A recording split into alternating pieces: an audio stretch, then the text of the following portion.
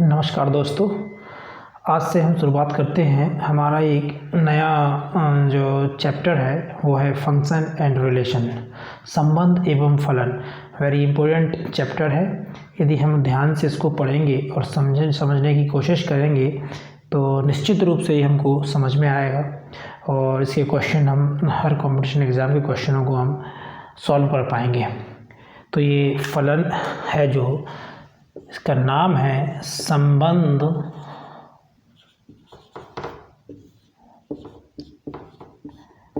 एवं फलन। इस संबंध एवं फलन ये चैप्टर है जो बहुत ही अपने आप में क्वालिटी रखता है और जो स्टूडेंट्स को ये समझ में आसानी से आ जाता है तो वो इससे और क्लियर होता हुआ हमारी 12th क्लास में जो इसका आगे का कॉन्सेप्ट है वो ज़्यादा आसानी से समझ में आता है।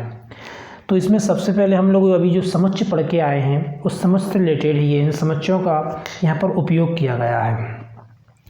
तो संबंध में और फलन में समुच्चयों का क्या उपयोग है, तो सबसे पहले हम क्या पढ़ते हैं, समुच्चयों का कार्तीय गुणन पढ़ना पड़ता है हमको। क्या पढ़ेंगे? समुच्चयों का कार्तीय गुणन। इस समुच्चयों का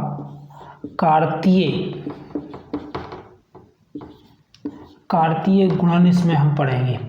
समुच्चयों का कार्तीय गुणन क्या होता है, सबसे पहले तो ये समझेंगे। तो समुच्चय क्या है ये हम पढ़ के आए हैं और इनका कार्तीय गुणन क्या है वो पढ़ेंगे। मान लीजिए हमको एक समुच्चय दिया A, जिसमें A और B और C एलिमेंट हैं, और एक B हमको समुच्चय दिया जिसमें 1, 2 और 3 एलिमेंट हैं।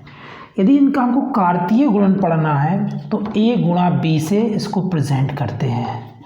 कार्तीय गुणन क्या करते हैं? A गुणा B से इसको प्रेजेंट। क्या होगा इनका कार्तीय गुणन? A का क्या किससे होगा? सबसे पहले A का होगा 1 से, A का अवयव बना। फिर A का होगा कितने से? 2 से, दूसरा बना। फिर A का होगा 3 से, तीसरा बना।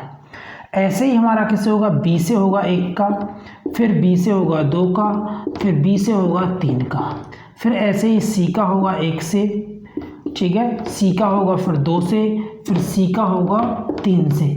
ऐसे कार्तीय गुणन होते हैं। ये कैसे डिफाइन करते हैं कि कार्तीय गुणन, समुच्चयों का कार्तीय गुणन में वे अवयव हैं जिसमें पहला अवयव A का तथा दूसरा अवयव B का है। तो ऐसे ये क्या कहलाता है? कार्तीय गुणन कहलाता है। ठीक है। अब कार्तीय गुणन में A के जो अवयव हैं वो उसका डोमेन कहलाते हैं। ठीक है, वो कार्तीय गुणन का क्या कहलाएंगे? डोमेन। और जो B के अवयव हैं वो कहलाएंगे कार्तीय गुणन के कोडोमेन। क्या कहलाएंगे? कोडोमेन। ठीक है, तो इस प्रकार से हम प्रत्येक समुच्चय का कार्तीय गुणन निकाल सकते हैं। अच्छा, यदि हमको इस अवयवों की संख्या पता करना हो कि कार्तीय गुणन में कुल कितने अवयव होंगे तो क्या होगा? इसमें कितने हैं? A में है हमारे पास 3 और B में भी कितने हैं? 3। तो इनके कार्तीय गुणन में 9 अवयव होंगे। देखिए 1, 2, 3, 4, 5, 6, 7, 8, 9। इनके कार्तीय गुणन में कितने अवयव होंगे? 9। यानी कि अवयवों की संख्या का गुणा करके हम इनके कार्तीय गुणन में आने वाले अवयवों की संख्या बता सकते हैं। ठीक है, यही हमारी सब पहली प्रश्नावली में किया गया है। ठीक है। अच्छा, ये भी डिफाइन है कि यदि मैं A से कार्तीय गुणन निकालना चाहता हूँ, यदि मैं A से कार्तीय गुणन निकालना चाहता हूँ, suppose that A is equal to 1, -1, 0 और एंड 1, तो मुझे A के साथ कार्तीय गुणन डिफाइन करना है। तो ये भी सही है। पहले A का अवयव आएगा, -1 का किसके साथ होगा? -1 के साथ, फिर -1 का 0 के साथ, फिर -1 का 1 के साथ, फिर ऐसे ही आएगा किसका? 0 का -1 के साथ, फिर 0 का 0 के साथ, फिर 0 का 1 के साथ, फिर ऐसे ही आएगा 1 का -1 के साथ, फिर 1 का 0 के साथ, फिर 1 का 1 के साथ। ऐसे कार्तीय गुणन ये डिफाइन होगा। कितने अवयव हो जाएंगे? 1, 2, 3, 4, 5, 6, 7, 8, 9। सही है हमारा कार्तीय गुणन। तो ये कार्तीय गुणन क्या है, कैसे डिफाइन करेंगे हम कि कार्तीय गुणन किसी आरिक्त समुच्चय का हम दो आरिक्त समुच्चय P तथा Q का तो कार्तीय गुणन, ठीक है। तो कार्तीय गुणन को हम सबसे पहले डिफाइन करते हैं। कार्तीय गुणन दो आरिक्त समुच्चय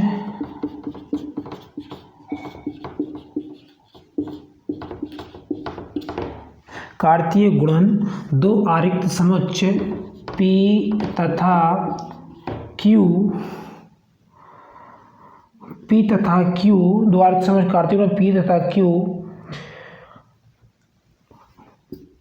P गुणा Q उन सभी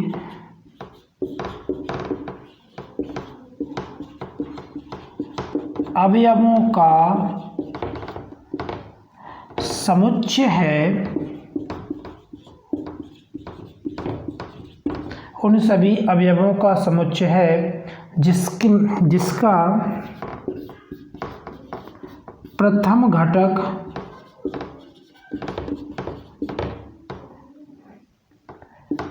P का तथा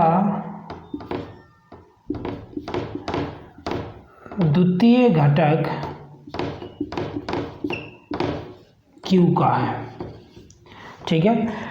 तो यही है कि कार्तीय गुणन क्या है, दो समुच्चयों का ऐसा गुणा जिसमें प्रथम घटक किसका आएगा, P का पहले समुच्चय का तथा द्वितीय घटक दूसरे समुच्चय का आएगा, ठीक है। ऐसे ही ये डिफाइन है। जैसे कि मान लीजिए दो समुच्चय P गुणा Q हैं, तो इनका गुणा कैसे होगा, ये हो जाएगा x, y where x belong to P and y belong to Q। इस प्रकार से ये कार्तीय गुणन हमारा डिफाइन होता है, ठीक है। कार्तीय गुणन के बाद हम आगे चलते हैं, कैसे हम इनको क्वेश्चनों को करते हैं। पहली प्रश्नावली में हमारा कार्तीय गुणन ही है और कुछ नहीं है, ठीक है। अच्छा, इसमें क्या होता है कि कुछ क्वेश्चन हमको यदि दिए रहते हैं तो हम फाइंड करते हैं। जैसे कि एग्जाम्पल 4 दिया हमको, एग्जाम्पल 4 इसको देखिएगा क्या दिया है इसमें, यदि P = 1,2 है, P को क्या दिया है 1,2, तो हमको क्या बताना है, इसको P गुणा P बताना है। ये कार्तीय गुणन डिफाइन करना है, कर देते हैं। तो सबसे पहले P गुणा P कर लें हम, तो क्या हो जाएगा, 1 का 1 से होगा, पहले 1 का 2 से हो जाएगा, फिर 2 का 1 से होगा, फिर 2 का 2 से हो जाएगा, ये हो जाएगा। फिर मैंने P गुणा P किया, तब क्या होगा, अब मुझे क्या करना है, इसका करना है इसके साथ, या सपोज दैट इससे करना है इसका। तो 1 के साथ पहले क्या आएगा, 1,1 ये आ जाएगा, फिर 1 के साथ ये आ जाएगा, फिर 1 के साथ ये आ जाएगा, फिर 1 के साथ 2 और 2 आ जाएंगे, फिर ऐसे ही 2 के साथ आएंगे सभी। 2 के साथ क्या आ जाएगा, 1,1, फिर जाएगा 2 के साथ 1,2, फिर जाएगा 2 के साथ 2,1, फिर जाएगा 2 के साथ 2, 2 और 2। ऐसे ये इसका कार्तीय गुणन डिफाइन हो जाएगा, ठीक है। तो इसमें कितने अवयव थे मेरे पास, 1, 2 थे, तो 2 दूनी 4 दूनी 8 होने चाहिए इसमें अवयव। 2, 1, 2, 3, 4, 5, 6, 7, 8, ये इसका कार्तीय गुणन है। ऐसे ही एग्जाम्पल में बहुत सारे क्वेश्चन दिए हैं, हम इन क्वेश्चंस को कर सकते हैं, ठीक है। अच्छा, ऐसे में क्या है कि यदि इसने हमको अवयवों की संख्या दी है, तो क्या हम इसके समुच्चय में उपस्थित अवयव निकाल सकते हैं। कार्तीय गुणन दिया है यदि, तो सपोज दैट ये 10 एक्सरसाइज का 10 नंबर क्वेश्चन है। इसमें क्या दिया हुआ है कि A गुणा A में मेरे पास कितने अवयव हैं, 9 अवयव हैं, 9 अवयव हैं, और साथ में कौन कौन से भी हैं, -1,0 और 0,1 ये भी हैं, 9 अवयव हैं, साथ में A भी हैं। तो A गुणा A के शेष अवयव बताना है, A भी ज्ञात करना है और A गुणा A के शेष अवयव बताना है। A को बताइए क्या है, और a गुणा a के शेष अवयव बताना है कि क्या है, शेष अवयव क्या है। ठीक है, तो इसमें सिर्फ 9 अवयव हैं। इससे मुझको ये क्लियर हुआ कि a गुणा a में कितने अवयव हैं, 9 अवयव। a गुणा a में 9 अवयव हैं और साथ में कितने हैं, -1,0 भी है और 0,1 भी है, यानी कि 7 अवयव शेष हैं। इसके 2 अवयव तो दिए हुए हैं इनके गुणा में। तो अब मैं ऐसे कौन से ए को ऐसा कैसा चुनूं जिसमें मेरे गुणा करने में ये वाले अवयव आ जाएं। और ए में कितने अवयव होंगे ये मुझे पता है, कितने होंगे, 3 होंगे। सिर्फ कितने अवयव होंगे, 3। तब हम इनका गुणा करेंगे और ये बनेगा। तो ए में मैंने देखा कि ये -1, 0 और 1 ही ऐसे अवयव हैं जिनका गुणा करने पर मुझे ये मिल जाएगा। ठीक है, जैसे कि मैंने किया a गुणा a, तो क्या मिलना चाहिए मुझे, -1 का 1 से हो जाएगा, फिर -1 का 0 से, ठीक है, फिर -1 का 1 से, फिर क्या हो जाएगा, 0 का -1 से होगा, ठीक है, फिर 0 का 0 से होगा, फिर 0 का 1 से हो जाएगा, फिर क्या होगा, 1 का -1 से होगा, फिर 1 का 0 से होगा, फिर 1 का 1 से होगा। तो कौन कौन से अवयव दिए थे, -1,0, -1,0, एक तो ये दिया है मेरे पास और 0,1 दिया है और एक ये दिया है। तो शेष अवयव क्या होंगे, 1, 2, 3, 4, 5, 6 और 7, ये हमारे क्या होगा, शेष अवयव। तो ऐसे इन क्वेश्चनों को हम सॉल्व कर सकते हैं। मुझे नहीं लगता कि कोई सा ऐसा क्वेश्चन इसमें है जो आप लोगों से नहीं बनेगा। ठीक है, यदि जो बनता है तो प्रॉब्लम आप पूछ सकते हैं, यदि प्रॉब्लम आती है तो। ठीक है, और इसमें ये क्वेश्चन जो एक्सरसाइज में दिए हैं ये क्वेश्चन भी हम आसानी से कर सकते हैं। एग्जांपल जो 9 नंबर का क्वेश्चन है, इसमें दिया है a और b 2 समुच्चय हैं जहाँ na बराबर 3 nb बराबर 2, यदि x, y, a गुणा b के अवयव, तो a और b को ज्ञात करना है हमको। ठीक है, na दिया और nb दिया, कितना दिया, 3 और 2, तो a और b हमको ज्ञात करना है। तो a और b क्या होंगे ये हमको पता करना है कि, तो ये आसान है बिल्कुल। 9 नंबर क्वेश्चन भी हम कर लेते हैं। ठीक है, तो ये बहुत ही अच्छा क्वेश्चन है। देखिए इसमें na दिया हमको, 9 नंबर है, n नंबर ऑफ a दिया कितना, 3।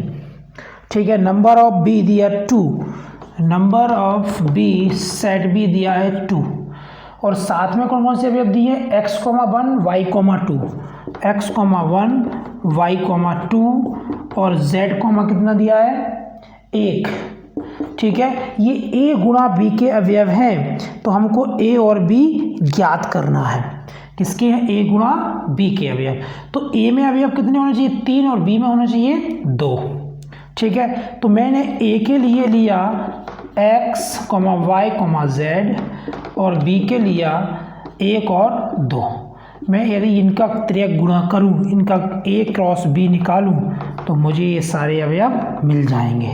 देखिए x, 1, फिर x, 2, फिर y, 1, फिर y, 2, फिर z, 1 और z, 2, ये हम सारे अवयव निकाल सकते हैं। इस प्रकार से a और b भी हम बना सकते हैं। ठीक है, दैट्स ऑल।